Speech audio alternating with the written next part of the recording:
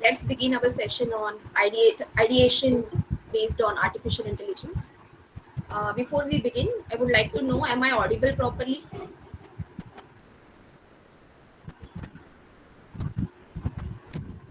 I Yes, audible? ma'am. No. And is my screen visible? Yeah. Thank you all. So the agenda for today's session is what we are going to look at is history of AI, how AI evolved. AI means artificial intelligence evolved. What exactly is artificial intelligence? What are the different domains in which artificial intelligence is being used? How AI is different than machine learning and deep learning? Because we always get confused about what is AI, what is machine learning, and what is deep learning. And we finally end up using these terms interchangeably. Okay? Then, what is the process of machine learning? In order to apply machine learning for any application, what process do we follow? What are the types of learnings possible in machine learning? Which algorithms are used in machine learning? How deep learning is different than machine learning? What are the models of deep learning? And how will you select any particular deep learning model based on your application? Okay, so all this we are going to discuss in today's session. Okay. So before I tell you what is artificial intelligence, I would like to know from your end what artificial intelligence is, or what do you think artificial intelligence is? You can put your answers in the chat box, or you can unmute and tell me whatever comes to your mind.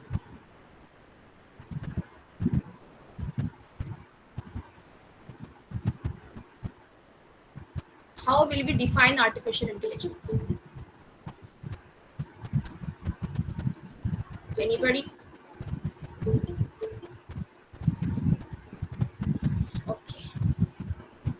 So artificial intelligence is the term which was coined by John McCarthy.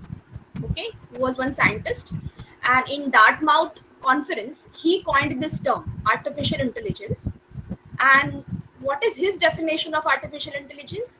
So, according to John McCarthy, artificial intelligence is science and engineering of making intelligent machines. Okay, you want your machines, your computer systems to become intelligent. The way humans are intelligent, you want your machines also to become intelligent. So the science behind making machine intelligence, or the technique you use for making machine intelligence, is called as artificial intelligence. The methods, the techniques you use in order to make your machines intelligent is called as artificial intelligence. From the word artificial, what comes to our mind? Anything which is not natural, which is man-made. Okay, so artificial means man-made intelligence. And whom are we trying to give this intelligence to? To the machines. Because machines, even though they have a good computational power, they cannot think the way humans can think. Machine cannot make decisions the way humans can make decisions. Okay, if we want machines to make decisions, we have to program them like that. Okay, so the whole exercise here is to make machines intelligent. The other way we can define artificial intelligence is the theory and development of computer systems which are able to perform tasks which normally require human intelligence. So if, as a person, I want to recognize any other person, so face recognition is a method I am using. Who is speaking? I need to know who is speaking, what he is speaking. So speech recognition I'm using. So these tasks as a human we can do it easily, but machines need this approach. We need to teach machines how to do face recognition, how to do speech recognition, how to translate a sentence of one language to another, how to take decisions. So develop computer systems for enabling them to do these tasks which require intelligence, human intelligence. It's nothing but artificial intelligence. Okay. Now, what are the different domains in which artificial intelligence is used? We are going to look at that. Okay. But before that, let's first understand how artificial intelligence evolved. So the evolution of AI started in year 1950 when Alan Turing, okay, he was a scientist, he published one paper, okay, and in that paper, technical paper, he speculated that machine we there should be a machine which should be able to think like humans can think. Okay, in future, in real future, near future, we should be able to develop a computer system which can think like humans and which are intelligent like humans. Okay, and in that paper he has proposed one test called as Turing test. Okay, he has proposed one test called as Turing test. So what he had said, if a computer system is able to do conversation, and this conversation we are making with computer system cannot be distinguished from the conversation we make with a human, then we will say that yes, machines are intelligent and they are able to make decisions. Okay, so this is his Turing test.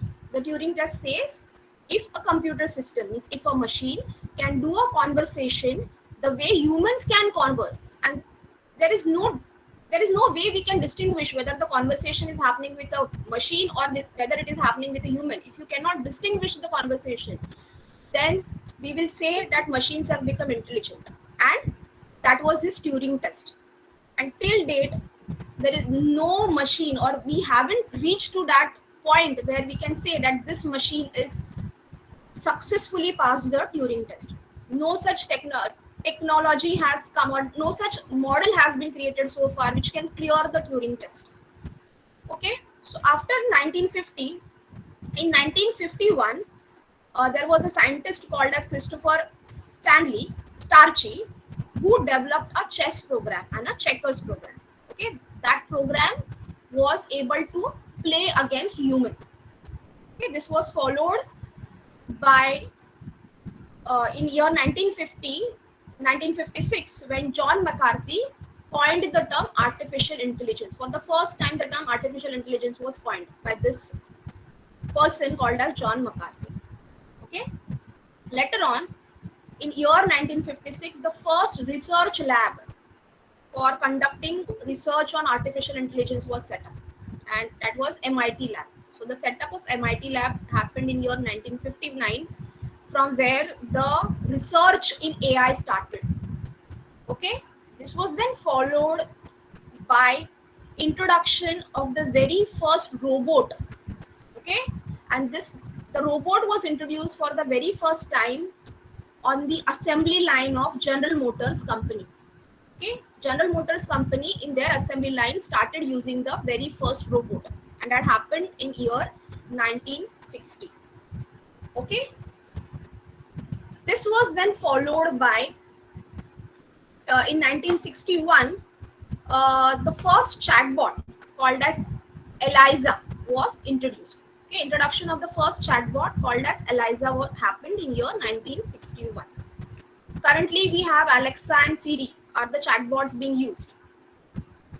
Then came the accomplishment year of AI, year 1997, where IBM had their software called as Deep Blue, or the IBM's Deep Blue program was able to defeat the world's chess champion Gary Kasparov. Okay, that was defeated by IBM's Deep Blue software. Okay, which is based on AI. It was one of the accomplishment of AI. Then in year 2005, another accomplishment of AI was when DARPA Grand Challenge, a robotic car, Stanley was the winner. Okay, the robotic car participated and that became the winner. This was then followed by in year 2011 with IBM had their system or their software or AI based system called as Watson. Okay, so Watson is a computer program which to which you can pose questions in natural language and it will respond to those questions. Okay, so NLP based on natural language processing, this Watson of IBM is based. Okay, and still the as you know things are getting evolved only. So AI started from year 1950 until date. Some or the other enhancement is happening in the domain of artificial intelligence. Then comes the application areas of AI. Where is AI being used? In which all domains AI is being used right now? Okay. So you can see these are some of the domains which are using artificial intelligence. Basically, in our day-to-day life, in all the things we which we do, knowingly or unknowingly, we are using artificial intelligence. Okay. If I talk about healthcare sector, can anybody tell me an example of how AI is being used in healthcare sector? Some examples if you are aware of.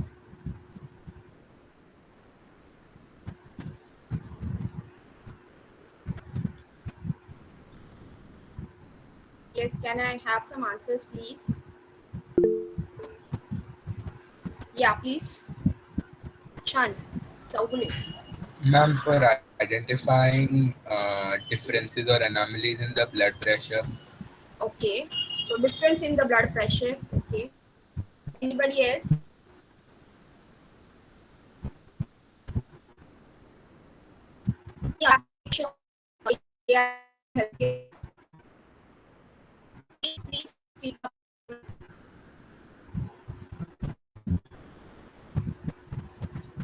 ठीक है. So we will see some of the applications of AI now.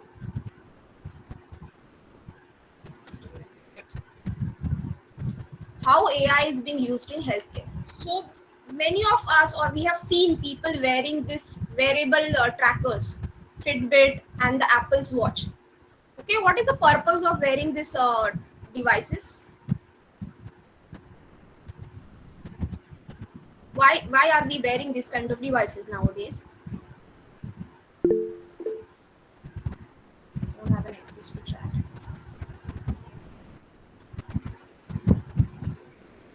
What these devices help me to identify?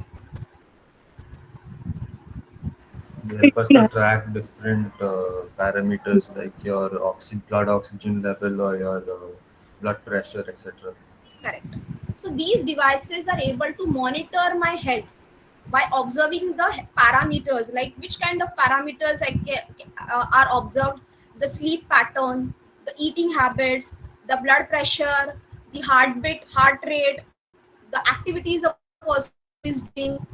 Considering all these factors, all these parameters, you have made these devices smart enough to predict is there a chance of a heart attack, or whether there is a chance that your health will get affected.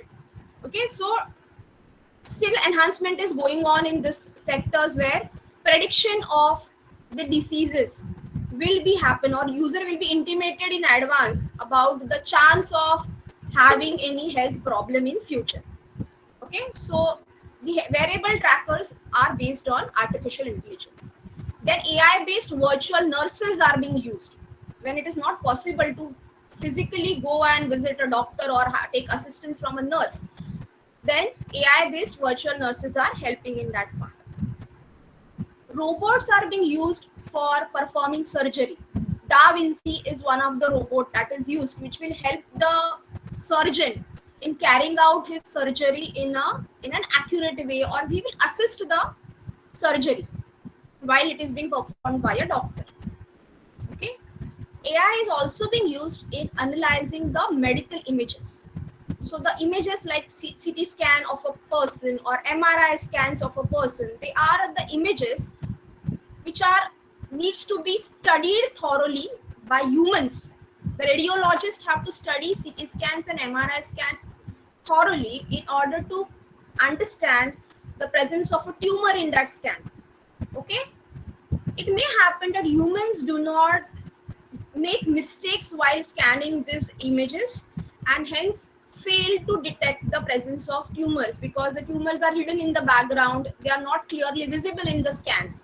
So it may happen because humans have their limitations in analyzing images. But when these images are, if artificial intelligence is used for scanning these images, there are algorithms, image enhancement techniques, which when they are used for scanning the MRIs and CT scans, then identification of the tumors, their location becomes easy. AI is also helpful to develop new drugs and vaccines. Okay, so when a new drug is to be or a new vaccine is to be developed for any disease, like how corona had affected us, and then at that time there was a need of immediate a new urgently a new drug and a vaccine was to be produced. So AI helps in speeding up the process of developing new drugs and vaccines. Because of supercomputers, AI, using AI technique, you can predict from the database of molecular structures, you will be able to predict which molecular structures, if I use in a medicine, will have an effect, will be an effective for this particular disease. So AI can help in deciding which molecules I should select from the databases of molecular structures, which which molecule I should add in my drug that will help in the effective medicine for that particular disease. So these are some of the areas where AI is playing a role in healthcare sector. Then comes other areas where AI is being used. In automobile industries also are using AIs. We all know about self-driving cars proposed by Tesla. Okay, what are they trying to do? They want cars to be driven without human intervention. Okay, they want cars to be developed without human intervention.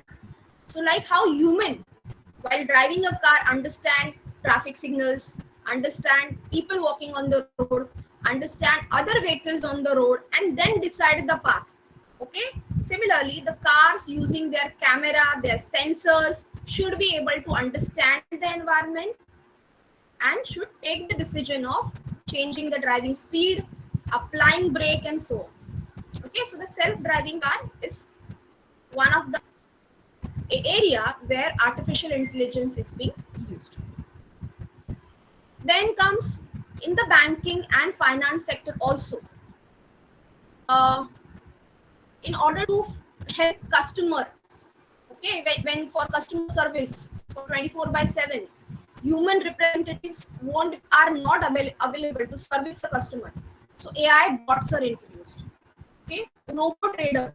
Okay, these are the robots who will do trading on behalf of the humans. So Nomura Securities have their own robot traders, which does trading on behalf of humans. Now, while doing banking transactions, we use credit cards, we use debit card when we use do banking transactions. So there is a huge chance of fraud detection happening of credit card or debit card. So artificial intelligence even allows to detect these kind of frauds. Credit detection can be done by applying artificial intelligence techniques. Then comes surveillance. Okay, surveillance is in order to ensure cameras are okay, but these footages of CCTV cameras needs to be monitored if a theft has happened or if anything wrong is happening in our environment. Okay, there we need a human who will observe the CCTV footage and will try to understand what has gone wrong, who was the person who entered the our society, and so on. So for surveillance purpose, even though CCTV footages have the recordings, but the recordings needs to be seen by the humans to understand what has gone wrong. Okay, now AI is coming into this domain, this area also, where CCTV footages will be monitored on a real time basis to understand what the probability that unknown person is entering the society with unknown with sharp instruments in his hand like knife or these kind of things. So detecting real time monitoring of CCTV footage. In social media, which we oftenly use every day almost, so social media platform also is using artificial intelligence to identify hate speeches posted on Twitter. Okay, to identify the terrorism activities that is happening on the social media post.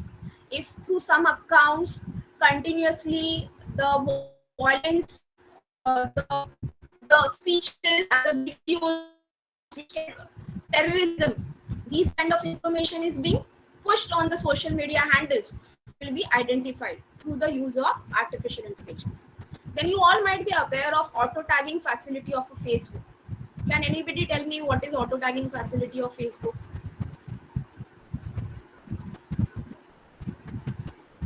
Yes, you can put it in the chat box also.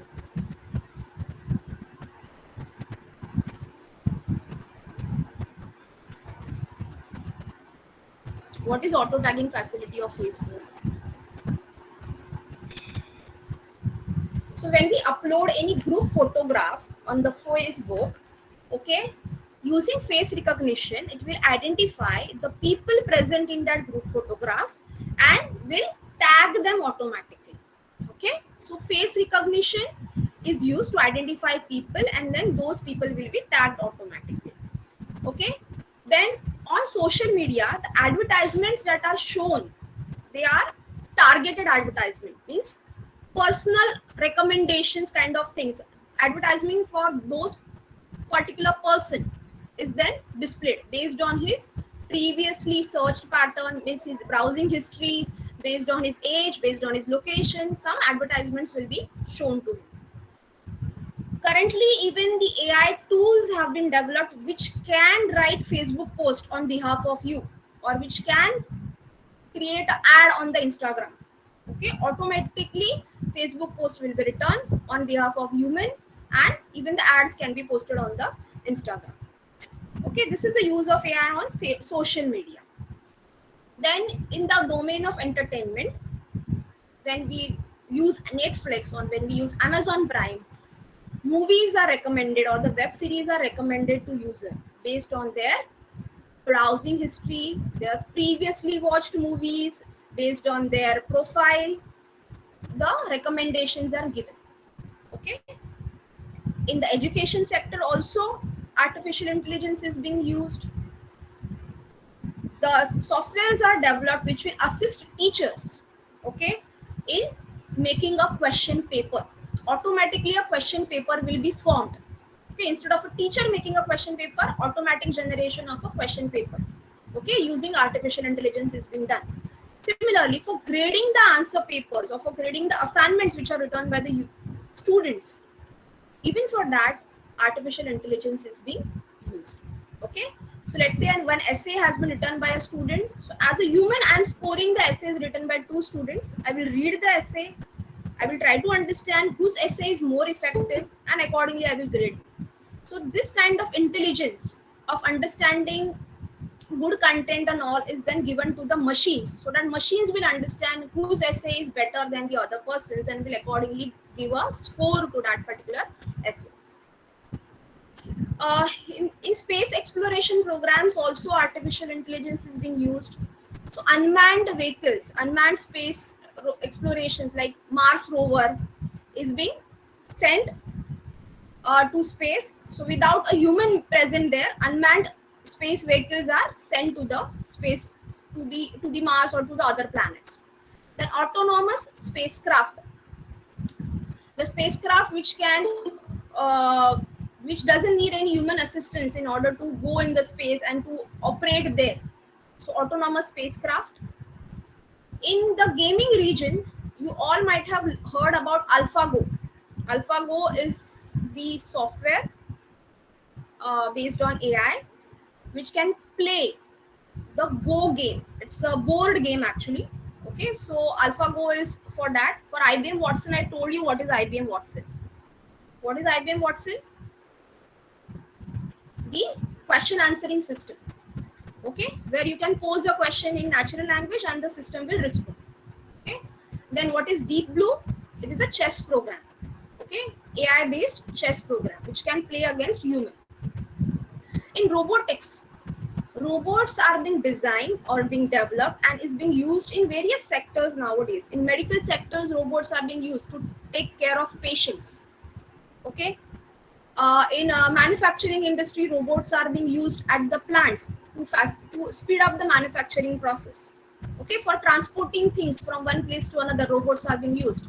In order to do the household, the houseworks also, the cleaning work, the assistance to the elderly people, for all that purpose, robotics is being in robots, artificial intelligence is imbibed. Okay, so these are some of the domains where we saw artificial intelligence is being used. Yeah, I forgot about agriculture and e-commerce. Can anybody tell me how artificial intelligence is used in agriculture sector? Because lot of work has happened in this domain. Can I please have some answers from you?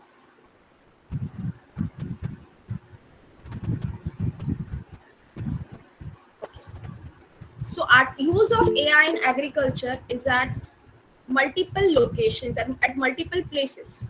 Okay, Ma'am, it can be used for water irrigation, like what specific time of the day you have to irrigate it. yes, correct. That is one of the application. Any other application? Anybody can help me? What can be the other application of AI in agriculture? Ma'am, recommendation of fertilizers based on soil contents. Correct. Okay, that is also one of the application. Ma'am, detection of diseases in the plants. Correct. Very true. Ma'am, Ma'am, climatic conditions. Yes. which crop we can grow, ma'am? Come again. So, ma'am, which crop we can grow according to the content Recommending of the soil? crops. Okay.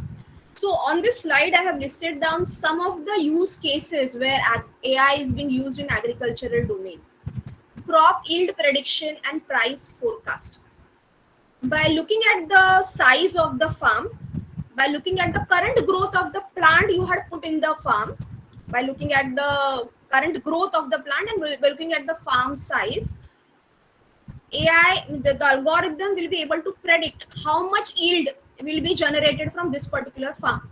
Okay, by giving the size of the farm and the current uh, quality of the current or the status of the crop, how short or tall they are, that is identified, and then yield is predicted. What will be the yield from this?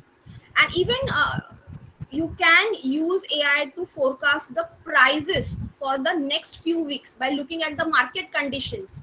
What will be the price of onion or tomato for the next few weeks? So forecasting price of some commodities in the next few weeks, so that farmer will understand in which week I should sell my product so that I earn maximum profit. Okay, so today if I come to know that the onion prices are going to rise by 50 rupees in next week, what I as a farmer, what I will do, I will try to store my onion rather than selling it right now, and will try to sell it in the next week. So this will help farmer to earn maximum profit. Then intelligent spraying.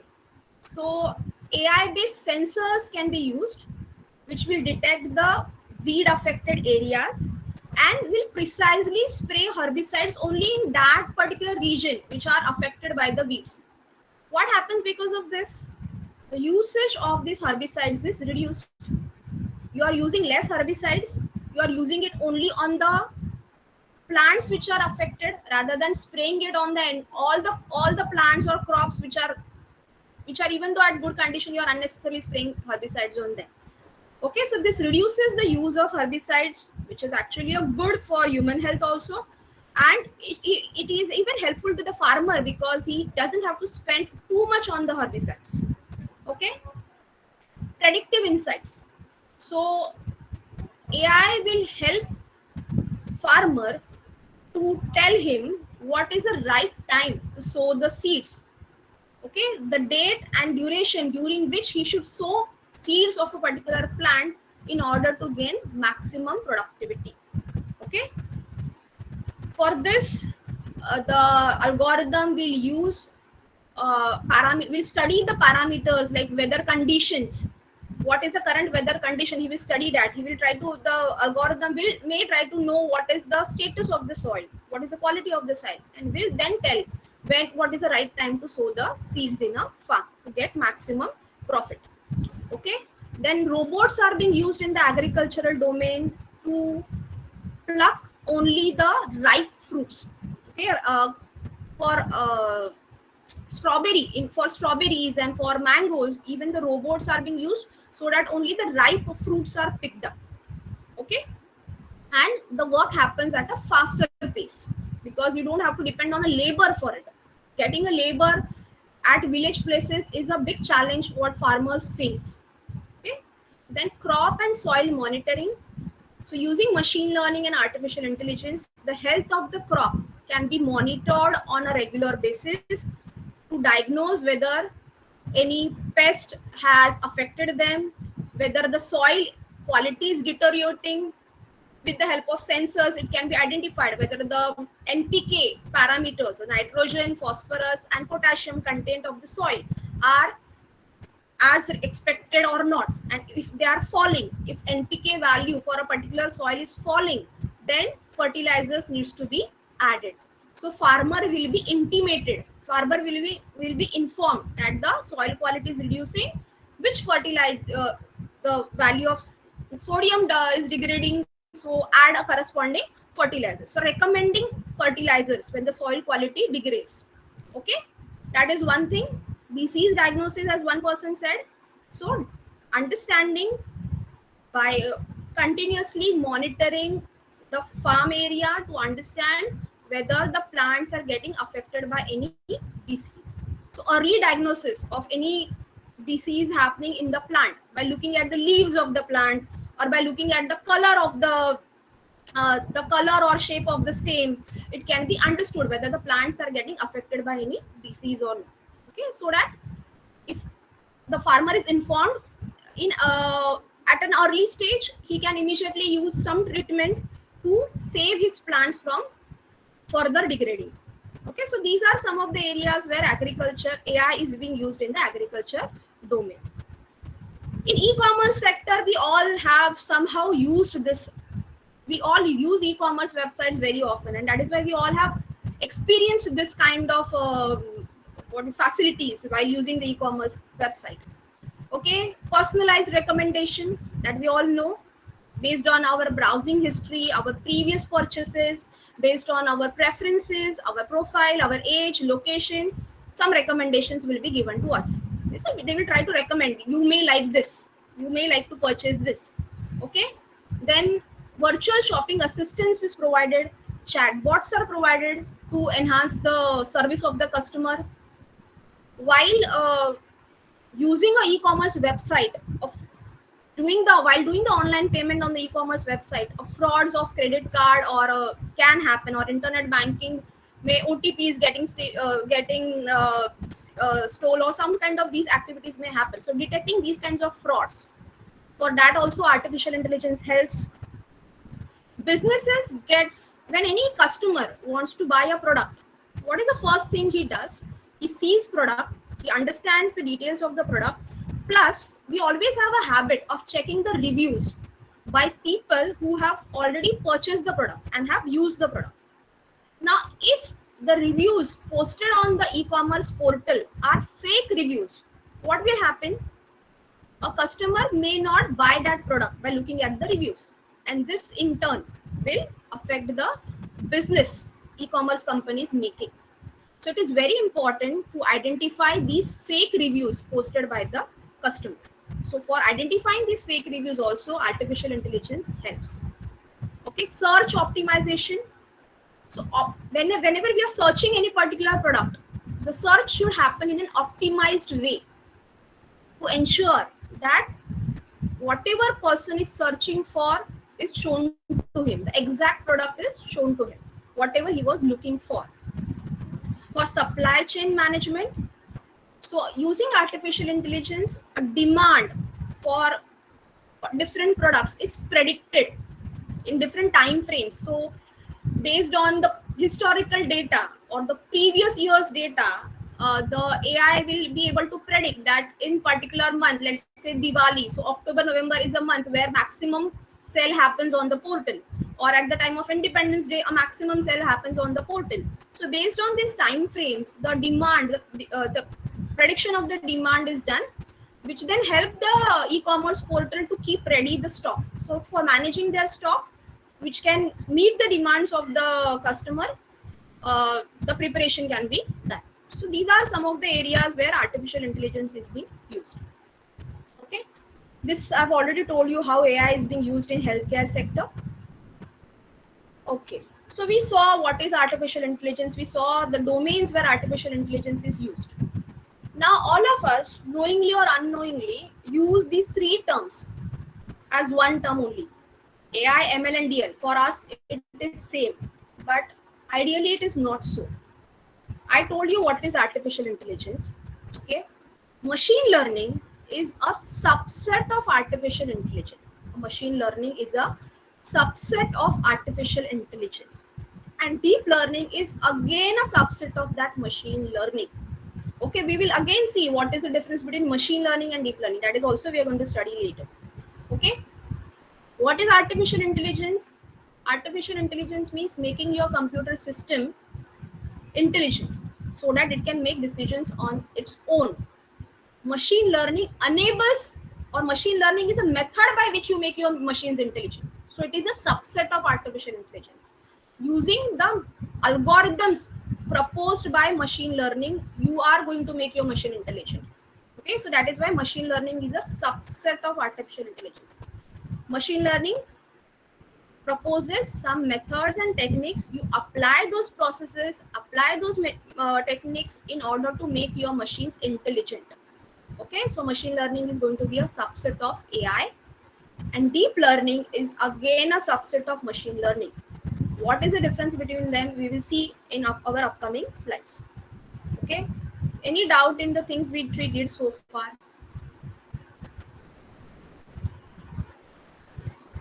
Anything you want to ask, you can please put your question in the chat box on the content which we covered so far, if anything is to be asked.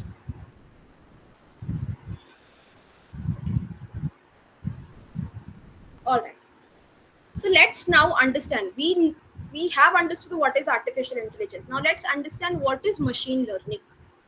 Okay, so as I told you, it is a subset of artificial intelligence which enables machine to automatically learn from data and past experiences without being explicitly programmed. Okay, machines will learn automatically. How automatically? For learning, what do you give machine? You give machine data and the past experiences. Okay, and using the data and the past experiences, machine will be able to learn. Okay, but we are not programming it, we are not writing any program.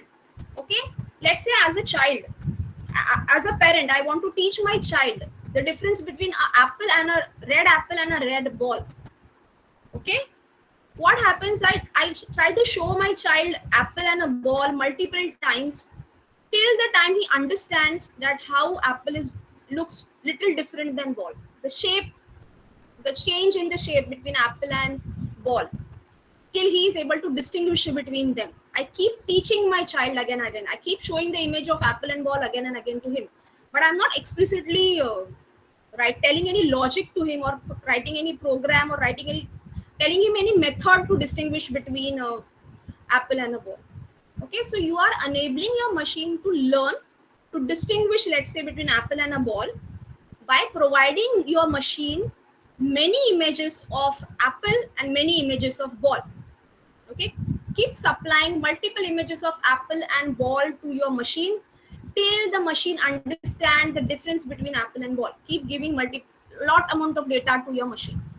Okay, but don't program it explicitly. Don't write rules saying if size of apple is, let's say, 5 centimeter or long, then it is a apple, otherwise it's a ball. So don't write any rules for that. Okay, machine learning enables your machines to identify patterns in your data and make predictions with minimal human interventions. Humans are not needed, or the need of human is very minimalized when you are using machine learning. Okay, so what do we do generally in machine learning? We take a huge amount of data. Okay, we give it to a machine. Okay, as I told you, the example of, I want my machine to understand or classify or to understand which image is ball and which image is an apple. I want to understand that. So what will I do? Multiple images of apple and ball. I will call it as my data. Multiple images of apple and ball. I will call it as my data, and I will supply this data to my machine. Okay, I will supply this data to my machine. So machine will try to understand the difference between apple and ball. We call it as, we will try to build a model. We'll try to build a model which will be able to classify apple image from the ball image. So we try to build a model, and for building this model we apply some machine learning algorithm. Okay, we'll learn now what is that machine learning algorithm. And once the model has been created, it is ready, we will apply a new apple image to the model, and we'll try to understand, is this model able to differentiate between an apple image and a ball image. So predicting outcome, apply data to a machine, try to build a predictive model using machine learning algorithm. Okay, what is that algorithm, we'll see ahead. And once the model is ready, apply new images of apple and ball to it, and try to understand, is your model accurately able to differentiate between apple image and a ball image. Okay, so let's take another example. Now frequently we come across this term data set. Okay, so I'm trying to show you here one data set which will be used for predicting house price. Okay, for predicting house price. So this is the data set being used. Okay, so you can see in my data set I have some columns like the size of the house in square feet, how many bedrooms it has, how many bathrooms it has, the year in which the house is built, how old the house is. Okay, the location of the house with, by entering the pin code, by entering the detailed address, the latitude and longitude, the exact location where the house is present, let's say. So all these are the, what do I call them in machine learning? Features. What do I call them? They are called as features. Okay, so these are the features that I am using to predict what? To predict price of the house. So what I am doing when I'm using machine learning, I have collected this data. Okay, for a house number 1 which has 6,209 square feet area, 5 bedrooms, 5 bathrooms. It is built in year 1986. The price is this much. For another house of this much area, the house price is this much. So we are providing this entire data to our machine learning model. Okay, we'll be providing this data to it. Now, when we learn about this data set, I told you these are the features. Okay, or I can call them as independent variables. What do I call them as? Independent variables. Okay, and price is dependent on these variables. The price of a house is dependent on the size of the house, bedroom, bathroom, year built. So price becomes dependent variable. Price is dependent on this variables or these features which I have in my data set. So these are the independent variables and this is my dependent variable. So starting from ID till longitude, all these variables or all these features, what I have, I call it as predictor variables. Okay, and this is my outcome variable that I want to achieve. All right, so in artificial intelligence, or sorry, in machine learning, what do? We collect this data. This is a historical data or the past data. Okay, so for a particular house, what was the price? We have collected this data, and then what do? We divide this data into training data and testing data. What is a training data? Let's say I have information about 100 houses. So the general approach is information of 80 houses, information of 80 houses out of 100. I will give this data of 80 houses to my machine learning model to teach that model that if as number of bedrooms increases, the price is going to increase. As the square feet area increases, price is going to increase. From the data, the machine will understand the pattern. What is the pattern here? As the size of the house in square feet increases, you see there is a change in the price. The price is increasing. If the property is very old, Okay, if the property is very old, the year built value also has an effect on the price. If it's an old house, the price value will decrease. The price value will decrease. So all these parameters have an impact on the price. So machine learning model will understand the relationship of these attributes with the price of the house. As I said, one of the relationship is, as size increases, price increases. As the year built is the old value, the price of the house is going to decrease. So these kind of relationship is established by a machine learning algorithm. Okay, so that a machine understands it on its own. As a human, I am not telling it that if size is more, price is more. If building is old, price is less. That I am not telling. The machine understands this pattern in my data. Okay, all right. So we learned four new terms now: dependent variables, independent variables. Okay, these are my independent variables. The output I try to get is my dependent variable because price is dependent on this. I divide my entire data set in two parts: training data set and testing data set. Generally, the division is 80 is to 20 or 70 is to 30. If I have a data of 100 houses, I will use 80 houses for training the model, for teaching the model. Okay, what is the price, relationship of price with other parameters? Okay, that is teaching the model, the relationship. And what is a testing phase? In testing phase, the remaining 20 houses ka data I will give to my trained model, the model which I just now trained. I give that 20 houses ka data, means I give this as input.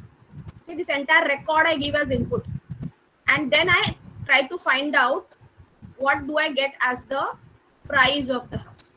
Okay, I try to get what is the price of the house.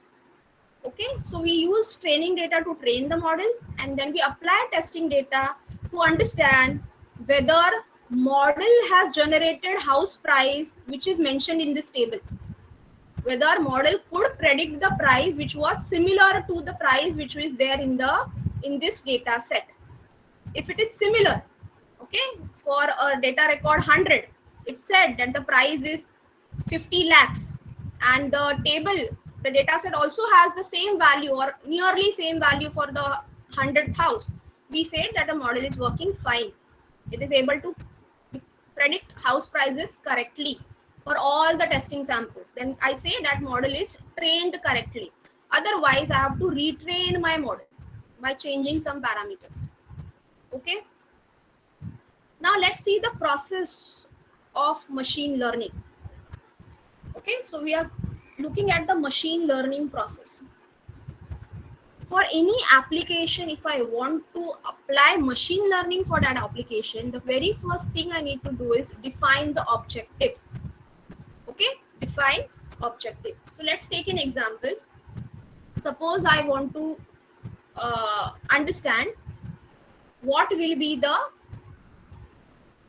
height of a person, and I'm giving weight of a person as input. I'm giving weight of a person as input, and I'm trying to predict what is the height of that person. Okay, so what is my objective here? What I'm applying as input?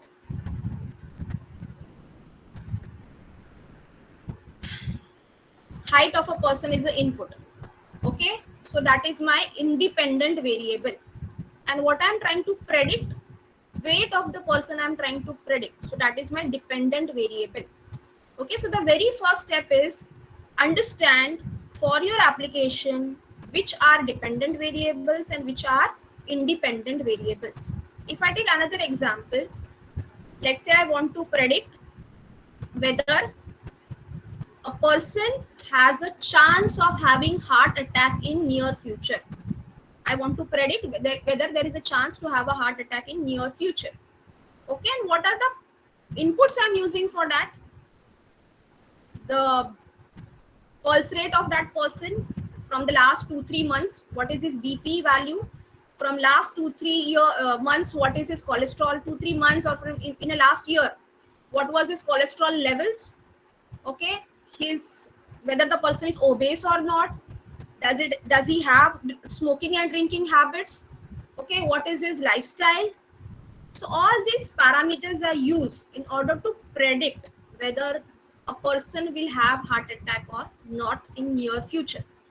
So we have to define the objectives first, understand the dependent variables and independent variables. So that is the very first thing, define objective. Okay, understand the dependent and independent variables.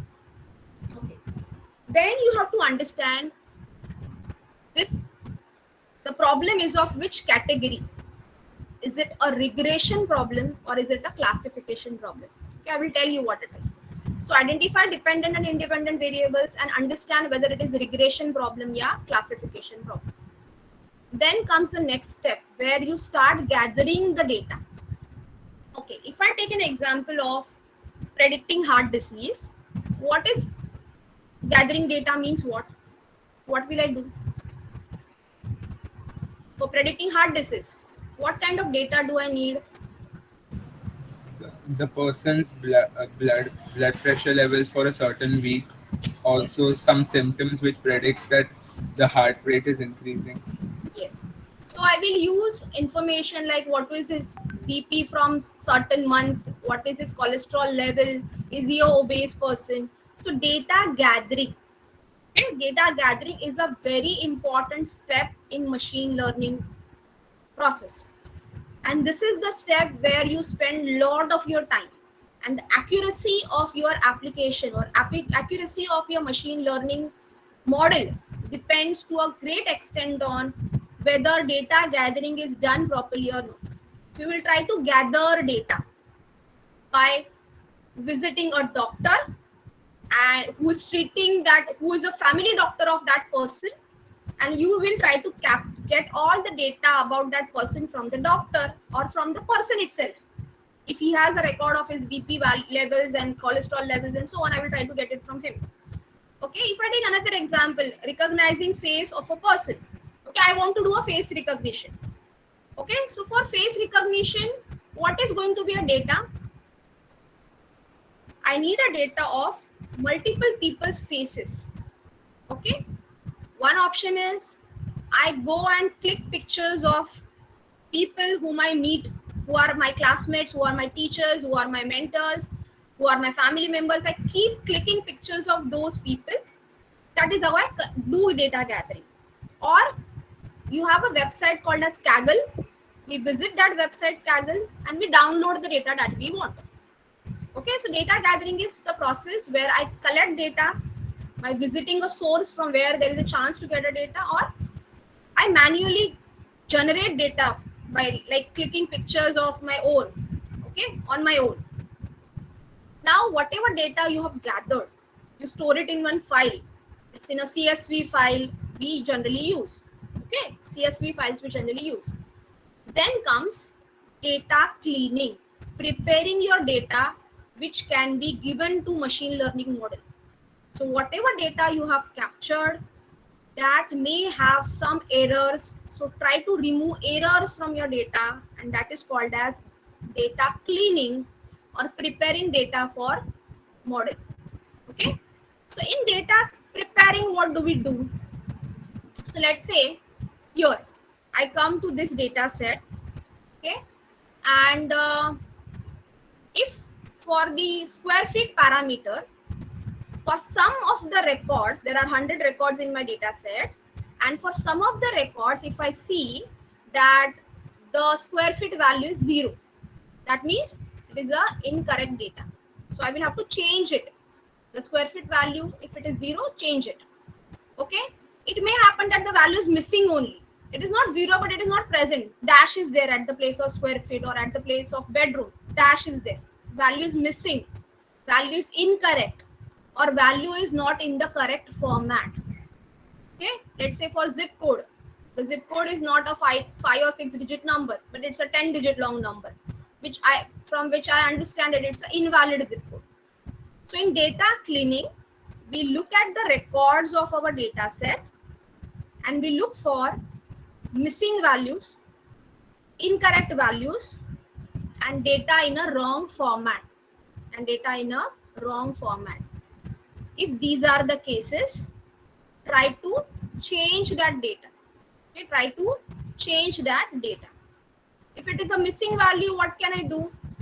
I look at the entire data set and I understand what should be the approximate value for this record. So I manually enter something. Okay, so that is what a data cleaning process is, and it is an important process. Okay, then comes data exploration. Okay, you explore the data. Exploratory data analysis, we call it as. Okay, data exploration means you will try to establish, okay, before I create a machine learning model, as a human, I should understand my data set properly. Okay, I should understand the relationship of these variables, square feet, bedroom, bathroom, with the outcome variable price. How the value of these parameters are going to change the value of price. So I'm trying to establish a correlation between independent and dependent variable. Okay, so this will help me to understand better which machine learning algorithm I should use, or how should be structure of my machine learning model. So in order to get more information on this, I will try to understand the relationship of independent and independent variable, which we call it as data exploration. Then comes building a model. Building a model means what? See, whatever data we have, as I told you, I will split the data in training and testing. I will split it in the training data as a training data and as a testing data. 80% of the entire data set goes as training, remaining 20 for testing I will use. So let's say 80 records I'm using for training. So one by one, I will apply these records to my model, neural network model, to teach him what should be the price when the parameters are this. Okay, so that's called as training the model. Okay, after a model has been trained, what do? I apply a record or apply data from the testing data set. Okay, I apply a data from the testing data set and try to understand if I give this information, which I have this record, let's say I have not used for training.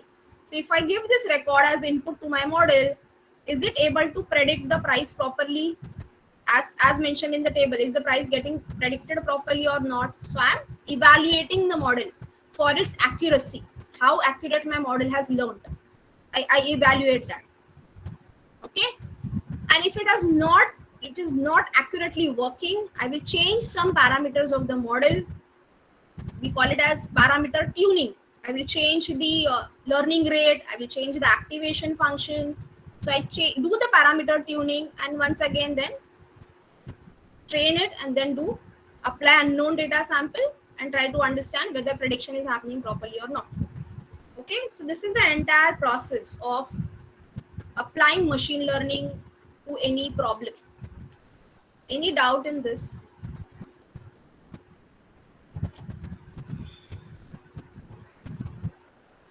Define objectives, collect data, get it from Kaggle, or you click pictures, or you collect data from a doctor. So that's data gathering. Clean your data for missing values, for incorrect data, you clean it. Do data exploration. Try to establish the relationship between independent and dependent variables. Train a model. Okay, by applying training data to it, train a model. The model that has been trained, give test data to it, understand whether model is predicting properly or not. If it is the accuracy of the model is not as per the expectation, do hyperparameter tuning and so on. Okay, all right. So this is how I have shown training data is being applied to the machine learning model so that the model is understanding the relationship between independent and independent variables. Okay. Now comes the important part. What is a type of machine learning? These are the types of machine learning: supervised learning, unsupervised learning, and reinforcement learning. Have you come across these terms earlier? Mostly third year students might be knowing. Supervised learning, unsupervised learning, and reinforcement learning. These are the three types of machine learning. Okay, what happens in supervised learning? Okay, let's understand. This is one of the application.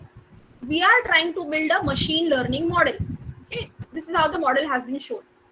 The machine learning model is to be constructed, and what the model should be able to do, some images of the animals will be providing to the model, and model should be able to classify those images as whether they are of lion category or of the dog category, whether the image is of a lion or is it of a dog. Okay, so you need to build an application which can distinguish dog image from the lion image. For a human it is easy. We know how lion looks, we know how dog looks, so we can easily distinguish. But machine doesn't know what is lion and what is dog, so we need to teach machine that if you see an image of this kind, it is a lion. If you see an image of this kind, it is a dog. So to the machine learning model, we are giving these images of different images of lion and dog, and they will be labeled. Every image that we are giving to a model will be a labeled image. It will have a tag. All lion images will have a lion word attached to them, lion label attached to them. All dog images will have a dog word attached to them. Okay, so in case of supervised learning, we are training a model by labeling a data. So the labeling action we did for the data is, the labeling of the data acts as a guide for model training. It is as a supervisor. We are helping the model as a supervisor. Okay, as a guide we are helping him. That if you encounter an image of this kind, it is a lion, otherwise it is a dog. Now in machine learning, what is the problem here? The problem is, given images of the animal, you should be able to classify them or categorize them as lion or dog. So classification of images is a problem given to us. Okay, what are my independent variables here and what are my dependent variables here? The dependent variable is, I am trying to give a label to every image, whether it is of lion or whether it is of a dog. Okay, what I will be doing in supervised learning, all the different images of lion and dog I will take. Let's say around 500 different images of lion in different surroundings at different locations with different lighting conditions I have captured, and with different position of the lion I have captured. So this wide variety of lion images I have captured at dynamic locations, environment, positioning of the lion with the background changes, with the lighting conditions where the image is captured. I take all these different images, I give it to a model. Okay, I take different images of dogs of various breeds. Okay, I will try to collect dog image of different breed, and we'll try to say that if any of these image is encountered, it is a dog image. So we give a labeled data to a model, then we call it as a supervised learning. If the data we are giving is a labeled data, then we call that machine learning model as a supervised learning model, because we are guiding the model in understanding what is the difference between lion and dog. We are guiding him to understand the difference between lion and dog, and that is why it is called as a supervised learning. Okay, again here we will be from the entire images. Let's say I have a data set of 10,000 images. I will use 8,000 images for training and remaining 2,000 for testing. So I trained the model. Then I start applying the test images. The images which I had not used for training purpose. Those images I will apply now, and I will try to understand, is my model able to differentiate between lion and dog? When I give image of a lion, could it classify it correctly as lion? When I gave image of a dog, could it classify it correctly as dog? Okay, that is how supervised machine learning works, by giving a labeled data. All right. Then what is unsupervised learning? When to a model you are giving a data to which there is no label assigned. Okay, so the same question now has comes under the category of unsupervised learning, because here I am providing different images to a model, but I'm not telling which is of lion and which is of a dog or which is of a rat. I have not labeled them. So the data is unlabeled data. The model has to learn on its own the similarity and differences among different images. So let's say 8,000 images were applied to the model. It will understand that two lion images look similar to each other, so they should belong to one of the group. The dog images, they are being applied, there is some similarity between the images which are of a dog. So based on the similarity, the dog images will be grouped together. Okay, so the data that is applied is a raw data, unlabeled data. There is no labeling. Model has to understand or group or cluster the data, that means the animals, based on their similarities and differences in various classes. So all the lions, because they have some similarities. What are the similarity? The height of this animal is similar. Okay, if there are between these three images, the height looks similar, the color looks similar, the texture looks similar, the tail size and shape looks similar. Okay, it has the facial what do you say, features like nose, eyes, mouth, jaws, all these look similar. So based on these similarities, the images will be grouped together, but the model doesn't know it is of lion. It will say that all these images look similar and they belong to cluster 1 or class 1. Similarly, these images of a dog, based on the size of the dog, size of the tail, based on his nose shape, eyes shape, all that, since the images of dog will be similar to each other, they will be put in a different group. Okay, so this is what is your unsupervised learning, where the algorithm is given unlabeled data and it uses similarity and differences among the data to cluster them or make groups of the data. Similar images goes in one cluster and dissimilar images belong to different clusters. Okay, then the third important type of machine learning is reinforcement learning. Okay, we all know or we all have read about self-driving cars. How does self-driving cars are driven? Self-driving cars uses reinforcement learning. Self-driving cars uses reinforcement learning. So in reinforcement learning, there is no data as such provided. There is no data as such provided. So what do we have?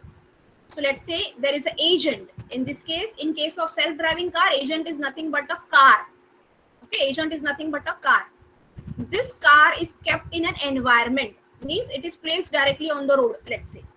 Okay, it is placed directly on the road. It is exposed to the environment.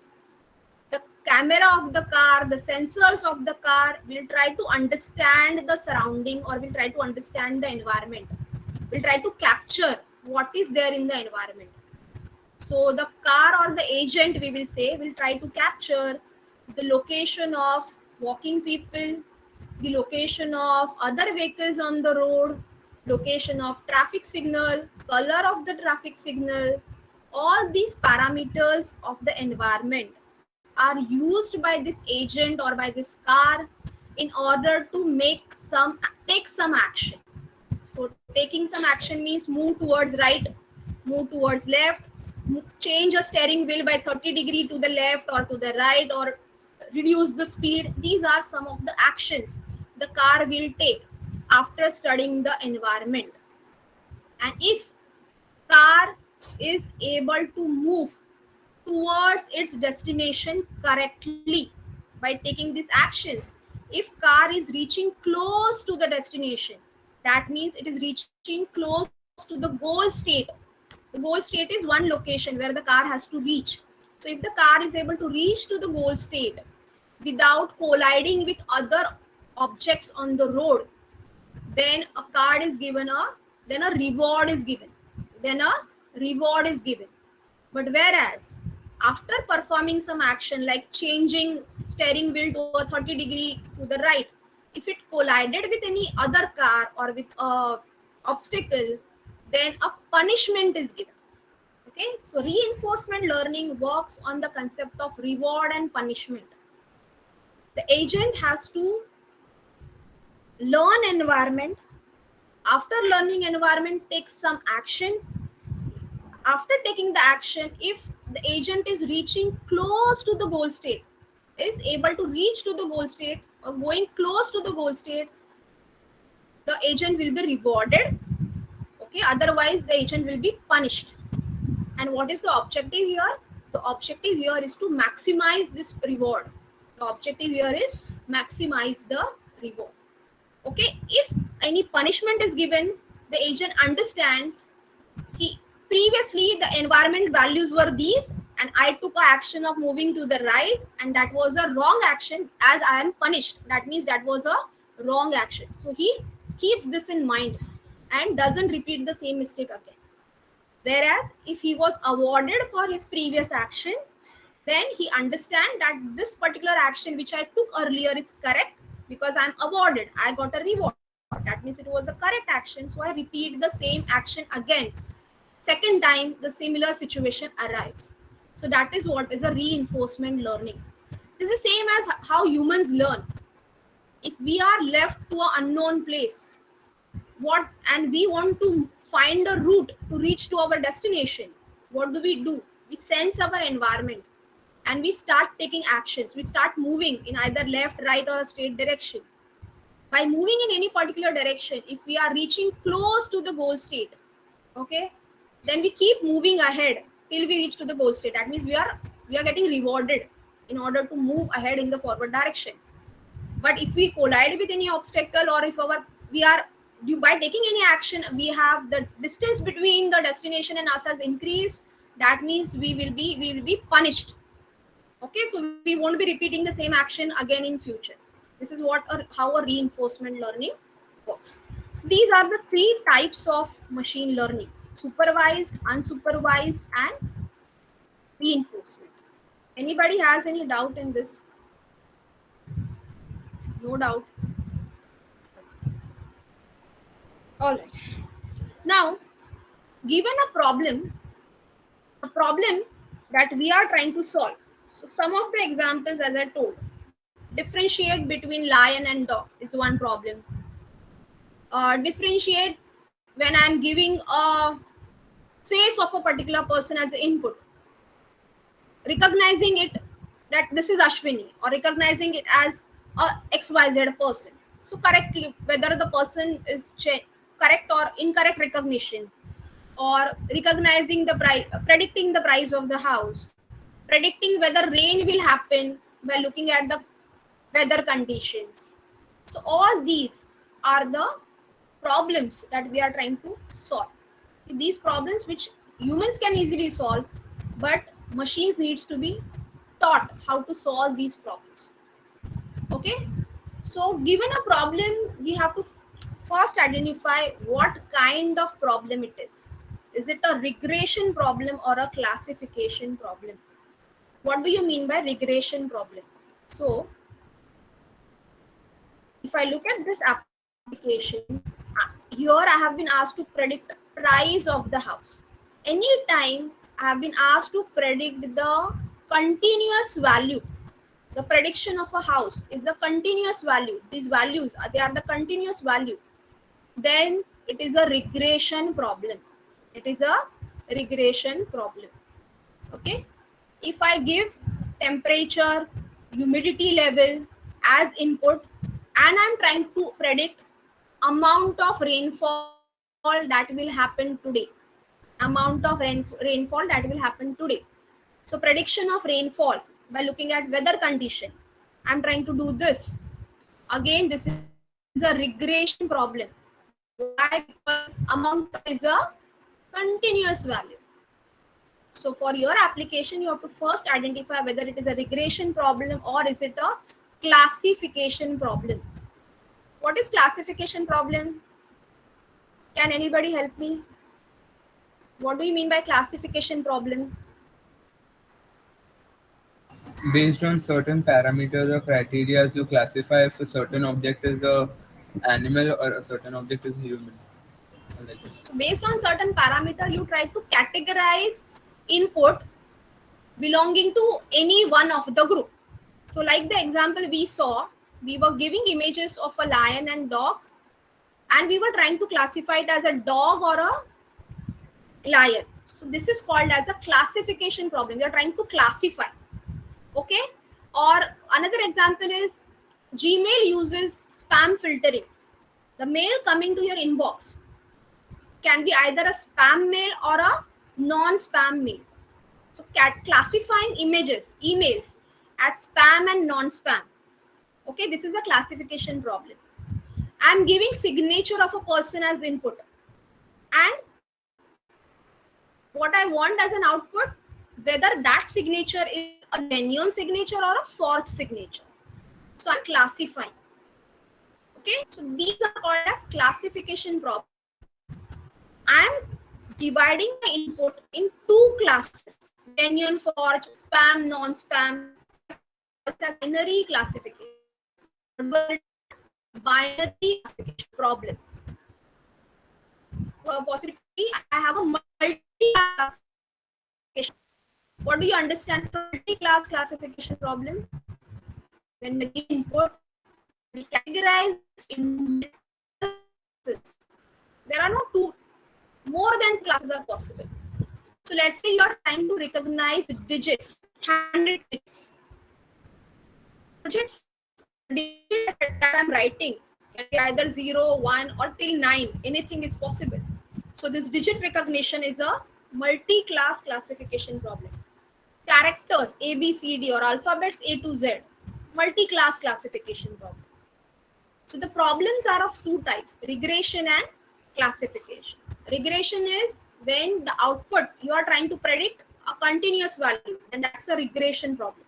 If you are trying to predict a class or a group to which your data belongs, then that is a classification problem. It can be binary classification or a multi-class classification. Okay.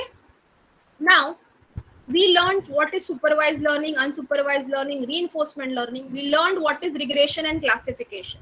Now let's learn about some algorithms used in popular algorithms. So supervised learning means what? We'll summarize now. When you give labeled data, then that is a supervised learning. Which kind of problems you can solve by using supervised learning algorithms? Both regression and classification problem. If your problem is regression or classification, you will use supervised learning that time. Okay. So any problem, if it is a regression or a classification problem, I will be using supervised learning for that. The data that I give is a labeled data. For training, since it is supervised, we say external supervision is present. This is basically by labeling a data, we are guiding the model what is correct and what is wrong. Okay. What is the approach? The model learns by labeling input to the known output. The model will try to understand relationship between the input and the output that is attached as a label. To that input, the label that is attached, what is the relationship between the input and the output label? That is understood. So some of the algorithms that are used for supervised learning are linear regression. If it is a regression problem, like predicting amount of rainfall, predicting price of a house, predicting weight of a person given his height, all these are the regression problems. And in order to solve these regression problems, one of the very first choice people use is linear regression algorithm will be used. Okay, regression problems are solved using linear regression algorithm.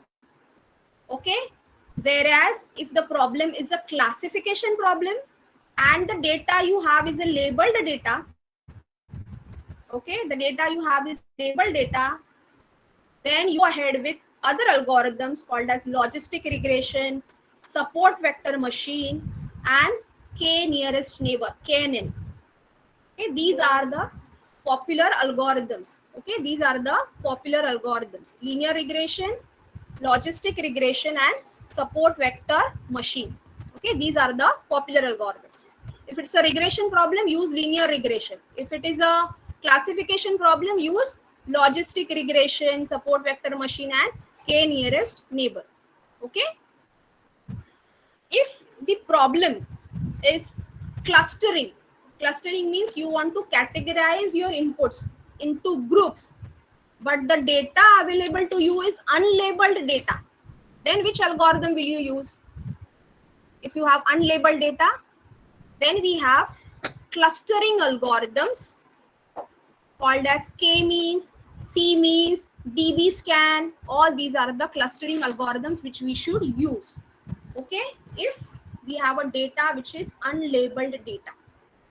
Okay, so in unsupervised learning, we have unlabeled data and we want to put data in different clusters. We want to make grouping of group data based on their similarity and differences. We have these choices: k-means, c-means, even db-scan, and so on. Reinforcement learning, reward-based system. There is no data as such given. You have an agent which is placed in an environment. Agent learns by sensing the environment, taking some actions. If actions are going towards goal, give a reward. If actions are not going towards goal, give punishment. There is no supervision. It is based on trial and error method. Okay, so learning, SARSA are some of the algorithms which are used when reinforcement learning is to be applied. So these are the different machine learning algorithms. Okay, you have to select any one of them based on the data you have. Is it labeled or unlabeled data? And based on whether the problem is regression or classification problem. You have to select any one of these. Okay. Any doubts so far? Because selection of algorithm, machine learning algorithm is a important step. Any doubt till this point? No one has any doubt? Thank you. All right. So here the same thing has been written. Regression. When will I apply regression? In case of supervised learning, when the output or the predictor variable is a continuous quantity, my aim is to forecast or predict something. That is, predict stock market price or predict rainfall amount and so on. The algorithm I will use is linear regression. If it's a classification problem and the data is labeled data, when will I call? Why it is classification problem? Because my output is a categorical quantity. That is why it's a classification problem. What is my aim? For unknown data, I want to find what is it category, compute the category of. So classify emails as spam or non-spam. So the algorithm I will use is logistic regression, KM, neighbor, random, many algorithms. Okay. Even though the word regression is here, it is not a regression algorithm. Logistic regression is used for classification, even though the word regression is here. Okay. Then clustering means putting data in different groups. It is unsupervised learning because data is unlabeled. The objective is to group similar items into clusters. Example is find all transactions which are fraudulent in nature. Okay, if I want to find whether credit card fraud is happening, okay, then I will try to find out all transactions which looks fraudulent to me and I will try to group them together. So K means is DB scan. There are multiple scanning algorithms for clustering algorithms available. All right. So here in detail all the algorithms are mentioned. For regression, which all algorithms are possible: linear regression, neural network regression, support vector regression, decision tree regression. Covering these algorithms is beyond the limitation of today's session. This is actually one entire object. In depth. Okay. So these different machine learning.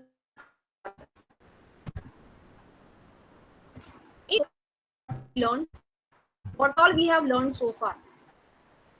We learned history of AI. We learned applications of AI in different domains. Then we started with what is machine learning.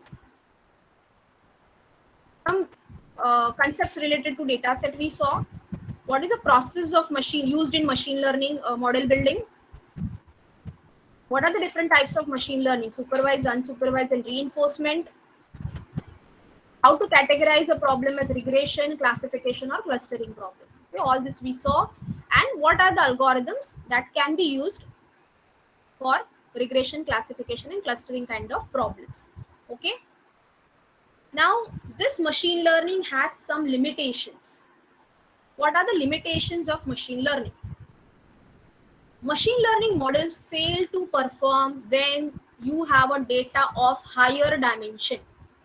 As the dimensionality of the data increases, machine learning fails to give the accurate result. Okay, as the dimensionality of the data increases. So for that, this example is given. Let's say this is a line of 100 meter. You can call it as a road of 100 meter length, and on that road a coin has been dropped. Okay, and you have to search the coin on a road of size 100 meter. So this process can be considered as a simple process, because you are dealing with, you have to search a coin on a single line. Okay, now if I have instead of searching a coin on a line, if I have to search it in a square, okay, if I have to search it has been dropped in a square. Okay, then for searching it I need to do a lot of computations. So the path becomes long. Since I'm working on a two-dimensional data, searching a coin is going to take more time. Whereas if I'm working on a three-dimensional data, searching a coin in a three-dimensional space is again going to take more time. So as the dimensionality of the data increases, time needed to perform a same action increases. Okay, and there is less chance that the we will be able to find that coin in this search space. Okay, we are able to locate that point in a search space is a question. So the machine learning model has this limitation, curse of dimensionality. In higher dimensions, the model failed to perform accurately. Now, what is dimension actually? If let's go back to the same data set here. These all independent variables I have, they are nothing but dimension, one dimension. So now here my data is of how many dimensions? Count the number of independent variables. How many? 1, 2, 3, 4, 5, 6, 7, 8, 9. So 9 dimensions my data has. 9 features it has. So more the number of features, more is the dimensionality of the data. So if for recognizing face, I'm detecting important points on my face, focal points on my face, and I'm detecting around 100 focal points of my face. So the data dimension is 100, because 100 features I'm extracting. Okay, 100 independent variables I have. So 100 is the dimension for my data. Okay, so dimension means the features of your input that you will use for prediction purpose. That is dimension. And as the dimension increases means as the features increases, machine learning model will take more time to understand relationship of these features with the output variable. Machine learning model will take more time to understand how these features are related to the output variable or dependent variable. So more time will be taken by machine learning model. Okay, that is why we say as dimension increases, machine learning model fails to perform accurately. All right, dimension is nothing but the features in your data. Okay, or in your CSV file, the number of columns in your CSV file are the dimension of your data. So that is one of the limitation of machine learning. Another limitation is it needs manual feature extraction. Now, what is feature extraction? If I'm building a machine learning model, to that model I will give image of a car, and the model has to classify whether the image belongs to a car or it is not a car, whether it is a car or whether it is not a car. So again, this is a binary classification problem. Again, it is a binary classification problem. You're trying to classify the input image as a car and a non-car image. If I'm using any machine learning algorithm like k nearest neighbor, or I'm using support vector machine, or I'm using logistic regression, decision tree, any machine learning algorithm that I use, I have to do, you as a human, as a programmer, I should explicitly do feature extraction. Feature extraction means what? I need to understand from the input image what features I can use. Feature means number of wheels in my car, the height of the car, the shape of the car, okay, number of the presence of a steering wheel, okay, number of glass windows. So all these are the features. And if you are using any machine learning algorithm, which features to use to distinguish an image as a car and non-car image has to be decided by a human.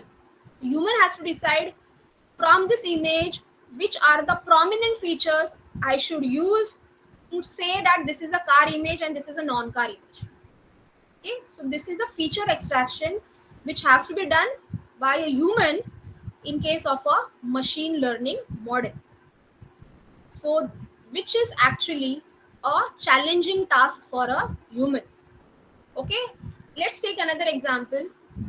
If I have to classify uh, between a cat and a dog image, and I'm applying machine learning to do the task, means I'm using any of the machine learning algorithm which we saw just now, then I have to extract features like number of eyes, number of ears, shape of the eyes, size of the tail, shape of the tail. Okay, so all these feature I need to extract manually, and to the model, I'm not applying the image as an input. I'm applying the value of number of ears, number of eyes, shape, color, texture. These values of the feature is given as input to the model. So feature extraction has to be done by as a human, and the values of these features needs to be given as input to the model. Whereas what do we do in deep learning? Why deep learning is popular nowadays? Because deep learning doesn't need feature extraction manually. Humans don't have to do any feature extraction. We can directly apply the image of a car to our deep learning model. Model will understand on its own, the computer will understand on its own if the image has four wheels, the height is so much, the steering wheel is present, the shape is so, the color is so, it is a car image. So this is done automatically by a system, by a model. We don't have to teach model which features ka presence to look for in order to distinguish an image as car and non-car. In case of machine learning, features needs to be extracted manually, and the value of those features is given as input, not the image of the car. Value of features given as input to the machine learning model. And here, the image itself is given as input. Okay, so that is a major difference between machine learning and deep learning. So two limitations are the important ones. As dimension increases, machine learning fails, and feature extraction is manual, and hence we go for deep learning. Okay. One more thing, amount of data, whether you will apply machine learning or deep learning, even depends on how much data do you have with you. Size of your data set decides whether you can work with, you can apply machine learning or whether you can apply deep learning. If you have a data of 1000 images or 10,000 images, we have to work with machine learning. Okay, because if you want to use any deep learning model, you need a huge amount of data. Generally, if you want deep learning models to work perfectly, millions of data, the size of data set should be very huge. Then only deep learning will work properly. So you have to first understand how much data do you have, how many face images I have for facial recognition, how many animal images I have for animal classification. Look at the data you have and then decide whether to apply machine learning or deep learning. Okay, but as the amount of data increases, the performance of deep learning increases. But as the amount of data increases, machine learning doesn't guarantee a improved performance. Improved accuracy is not guaranteed by machine learning. But obviously, in deep learning, if you apply more data, more images to the model, it will obviously perform better. So performance increases if amount of data increases in case of deep learning, which is not the case for machine learning. Okay. Okay.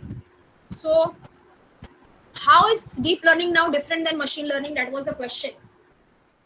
How is deep learning different than machine learning?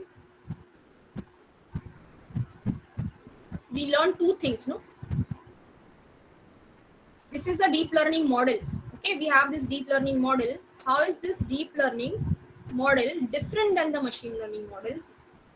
In deep learning model, to this input layer has these dots which are shown. They are neurons.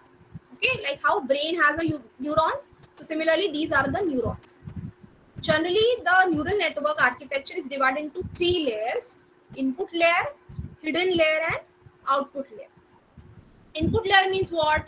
Input layer will have neurons where you will apply the input. So if I'm applying image as the input, okay, image of a car I'm giving as input. So how many pixels the car image has? If it is 100 by 100, 128 by 128 is the size of the image. So 128 multiplied by 128. These many pixels the image will have. Okay, and the red, green, and blue value for each pixel. Red, green, and blue value for each pixel. If it is a colored image, red, green, and blue value of each pixel. Okay, so 128 into 128 multiplied by 3, R, G, and B, 3. That becomes the size of your image, and that you give as input to the model. Means how many neurons you want? 128 multiplied by 128 multiplied by 3. Whatever value you get, you need those many neurons. That means every pixel ka value will go to 1 neuron. Every pixel ka value from that image goes to 1 neuron. That's your input layer where you apply input. And what is output layer? Output layer mein again neurons are there. If it's a binary classification problem, you will have 2 neurons. If it's a multi-class classification problem, you are classifying digits as from 0 to 9, there will be 10 neurons here in the output layer. Okay, if it's alphabets A to Z being classified, how many neurons you will have here? 26 neurons you will have in the output layer. So number of neurons in the input layer depends on how many pixels are there in the input image, and number of output neurons depends on every neuron के every class के लिए एक neuron चाहिए. And in between there are these layers which we call them as hidden layers. Okay, which we call them as hidden layers. Okay, so neuron from input layer is connected to, every neuron is connected to other neurons in the hidden layer. So like this, there is a huge connection between all the hidden layers, input layers, and so on. This is what the model is. In case of machine learning, what I apply to these neurons are the values of the features: number of eyes, number of ears, size of the tail, shape of the tail. All these values I apply to the neurons. Whereas if I'm using deep learning, what I'm applying as an input? Directly the whole image. Whole image means pixel ka values, not the feature ka value, pixel ka values. Because in deep learning, I don't do feature extraction at all. Features are extracted automatically by the model. It makes it very easy. Okay? Deep learning models mimic the brain functions. How we behave, how we learn. How do we learn? We learn from environment. Okay, we learn from environment. We see the input image and we can classify that it is of a dog or it is of a cat. Okay, so like how brain can distinguish between cat and dog image, deep learning models can also do it. Deep learning models mimic the way brain functions. They learn from experience. These models are capable to focus on the right features themselves, requiring little guidance from the programmer. So feature extraction is automatic and it is not manual in case of deep learning model. Okay. Suppose you want to use deep learning for face recognition. So all the important facial points Okay, all the important facial points will be extracted by the model itself. You only have to give this face image as input to the model.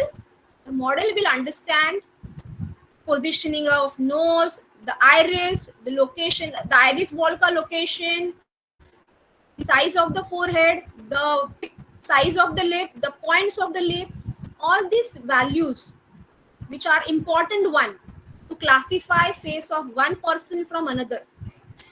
Okay, to classify face of one person to another, what are the important features I should be using? It is automatically decided by the model. Programmer will not tell which features to use if it is a deep learning.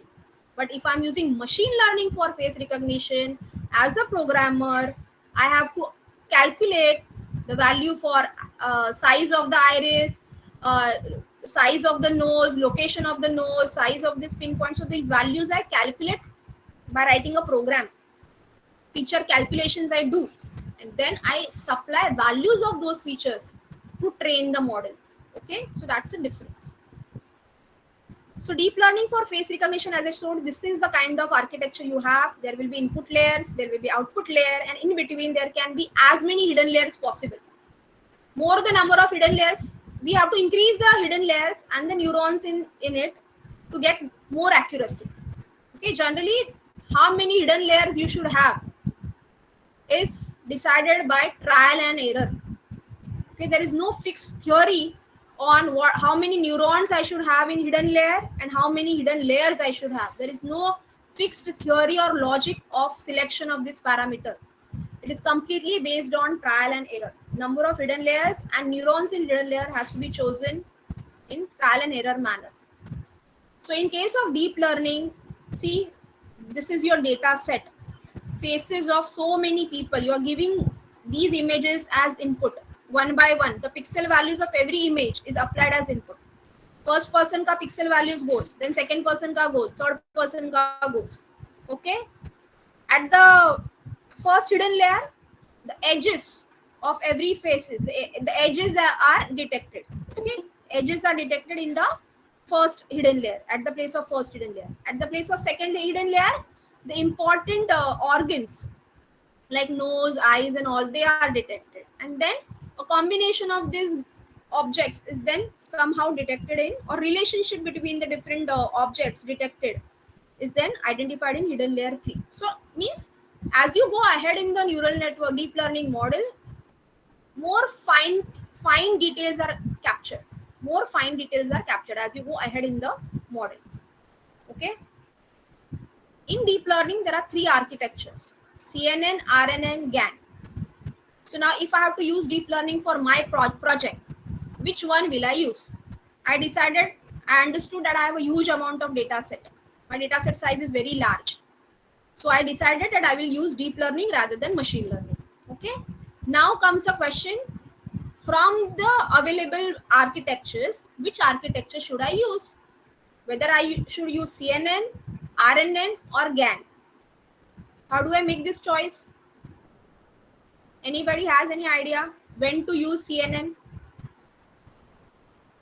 Convolution neural network. When should we use this CNN? If you are working on a project where your inputs are images, okay, where your inputs are images, CNN is always the best choice. Okay, CNN is always the best choice when you're working on images. Okay, so they are used for tasks related to computer vision or image processing. You're processing an image by applying some algorithms. Computer vision of a computer means computer will be seeing a image like humans see. So CNN is very good in modeling spatial data such as 2D and 3D images and videos. So if your input is images and videos, go for CNN model. The CNN model will automatically extract features and patterns within an image to understand, to classify image, or to detect object.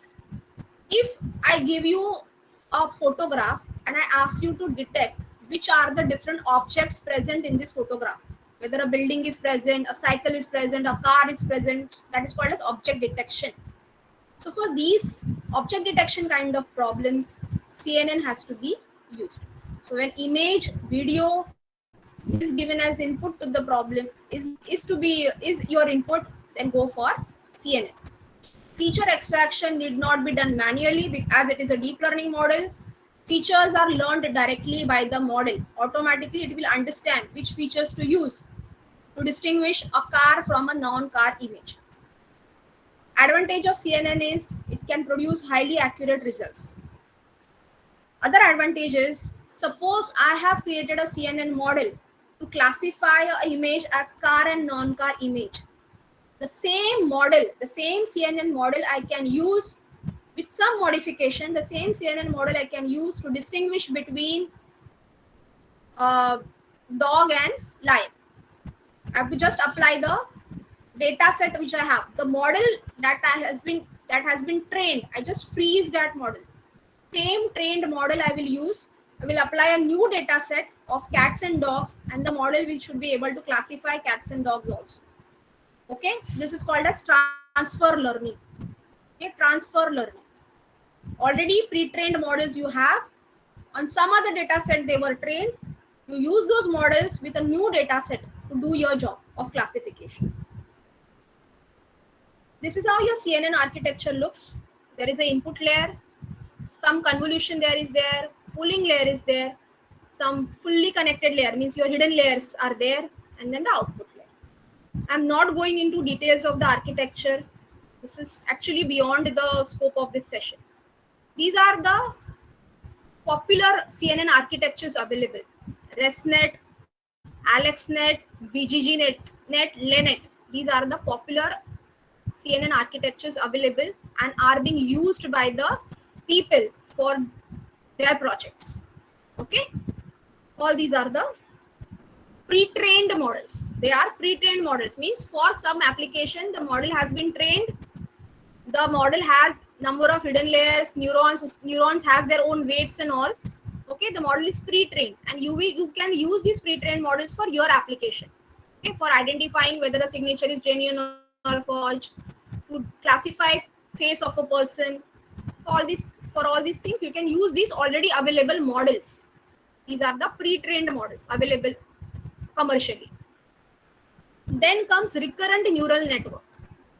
Okay, now when will you go for recurrent neural network?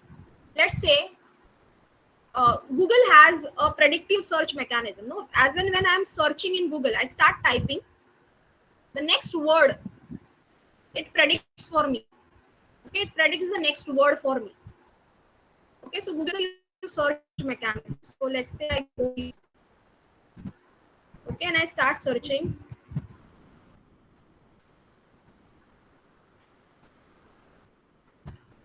Software I typed, then it predicted engineering. So after engineering, it is trying to predict engineering. Let's say I type quality. So after quality, it will try to predict quality assurance, attribute management. So this is called as a predictive search of Google, which uses artificial intelligence. Okay, it is predicting the next word in the sentence. Okay, it is predicting the next word in the sentence.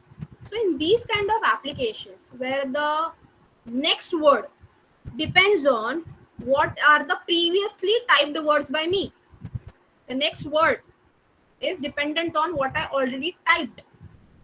This is called as time series data or sequential data, we call it as. You understand what is sequential data? So sequential data is any data which has a relationship. Okay, like if I say predicting a next word in a sentence is a sequential data.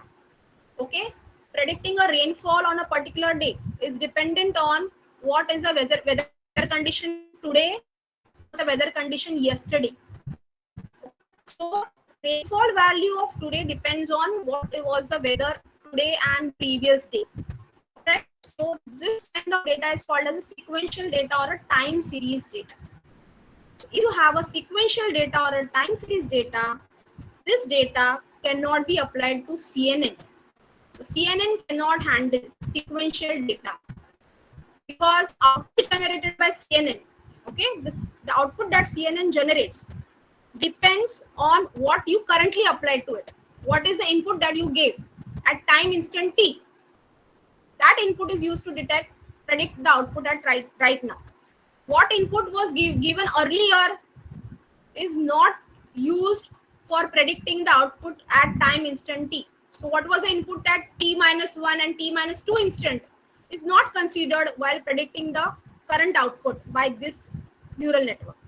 Suppose I am predicting the stock price at for today. This stock price value is had some relationship between what was the stock price yesterday or day before yesterday. So this is a sequential data. So I cannot use CNN model or any other feed forward network for predicting these kind of sequential data. If your objective is to predict work on a sequential data or a time series data, we should go with recurrent neural network. So RNN has a ability to memorize previous inputs. RNN can memorize the previous inputs. So the output generated at time instant t, you can see this diagram. See, x of t, x is the input at time instant t. This is the output generated. Okay, x of t minus 1 is the input given, y of t minus 1 is the output generated. So while predicting the output at time instant t plus 1, it will consider what was the input at previous 2 or 3 stages. X of t and x of t minus 1 ka value also it will consider. So we say h of t means this, is a function of h of t minus 1 and x of t. What was this h of t minus 1 and what is the input applied now and what was the value due to previous input, that also has to be considered for predicting the current output. All right, so this is how in case of sequential and time series data we go with RNN. So natural language processing, what are the applications of RNN? You want to do captioning of the image. What is image captioning? What is image captioning? This is useful for blind people, let's say, those who cannot see the surrounding, okay, and they capture a photograph of the place they visited. So this, using RNN model, a caption can be given to that image. The photograph that they clicked, a caption can be given to that image. And obviously for giving a caption, objects of the photograph first needs to be identified. So object detection is done using the model.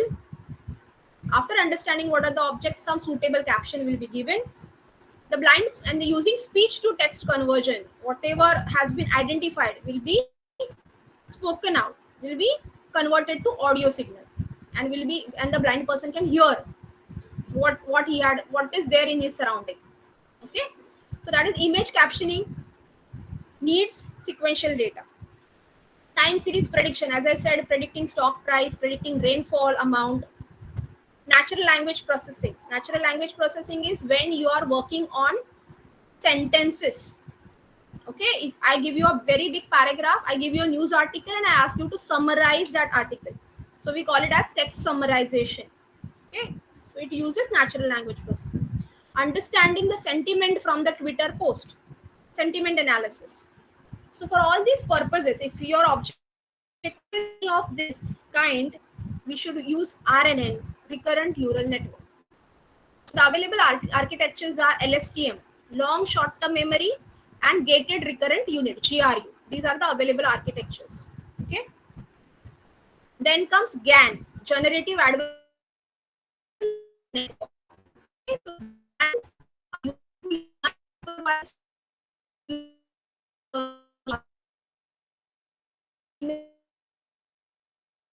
So we can make use of the GAN.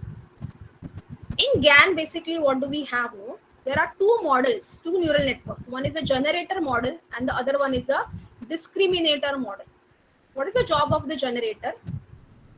See, some real face images, let's say, are present in the data set. Images of a real person is present in the data set.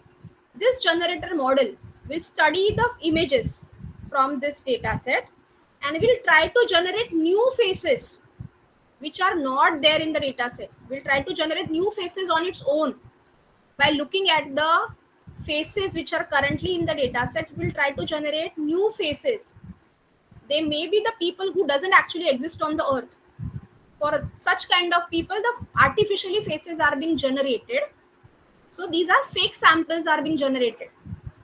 These fake samples, these new generated faces, are then given to the discriminator, which is another model. And what is the objective of this model? The model should be able to classify between real samples and the fake samples.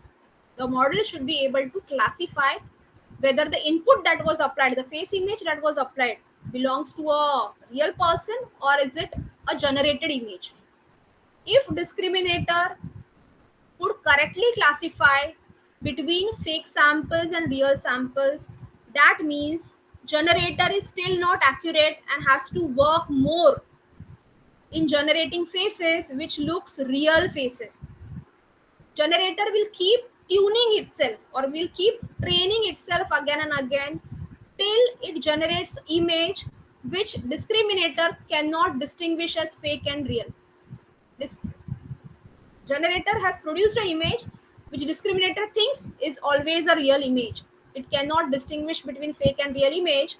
Till that time, the discriminator and generator keep working together till the discriminator is not able to distinguish between fake and real sample. Discriminator thinks that they are real images only, even though the fake images are applied. So correct they are. Okay, so similar they are. Then that is a GAN, generative adversarial networks, unsupervised learning algorithm. Okay, so these are some of the GANs available in the market. Cycle GAN, text to image conversion ke liye one GAN is available. Progressive GAN. Okay, so text to image means image is given and from the for that image a textual description is generated using GAN architecture. Okay, so what is difference between deep learning and machine learning? Deep learning, you will use it when you have a large amount of data. But if you have a less data, you have to go with machine learning. If you use deep learning, you are going to get a highly accurate results. Means the classification is going to be accurate. The regression is going to be accurate.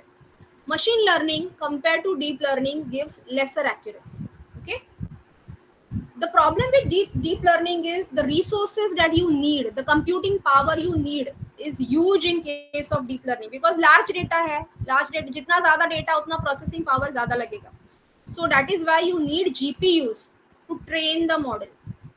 Okay, to teach the model you need GPUs, but machine learning है, algorithm है, तो you can even train it on your CPUs also, central processing units, graphics processing unit needed for deep learning. Since data is huge in case of deep learning, training time is longer. Here, comparatively, training time is smaller. Hyperparameter tuning. Hyperparameter tuning means what? If the classification by a model on the test data is not happening accurately, you need to change the learning rate, activation function. You will learn this later.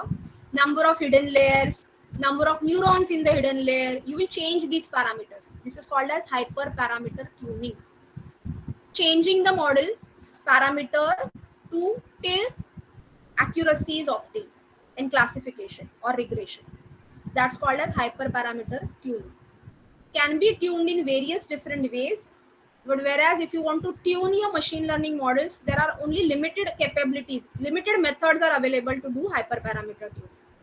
So these are some important differences between deep learning and machine learning. Okay. With this, we stop our today's session. Okay. So whatever, I tried my best to make things simpler, but this is actually a very vast domain, very vast contains it has, and it's really difficult to cover it in 1 hour or so. Okay, I'm posting a feedback link in Meet. Please fill that.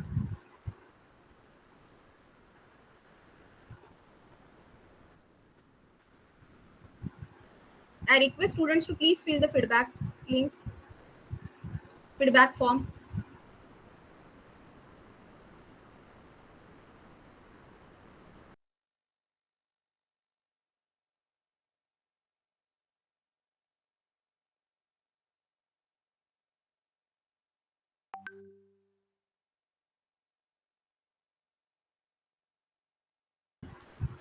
Please copy the feedback link and fill it. I'm ending the meeting now. Thank you all. Thank you, ma'am. Yeah.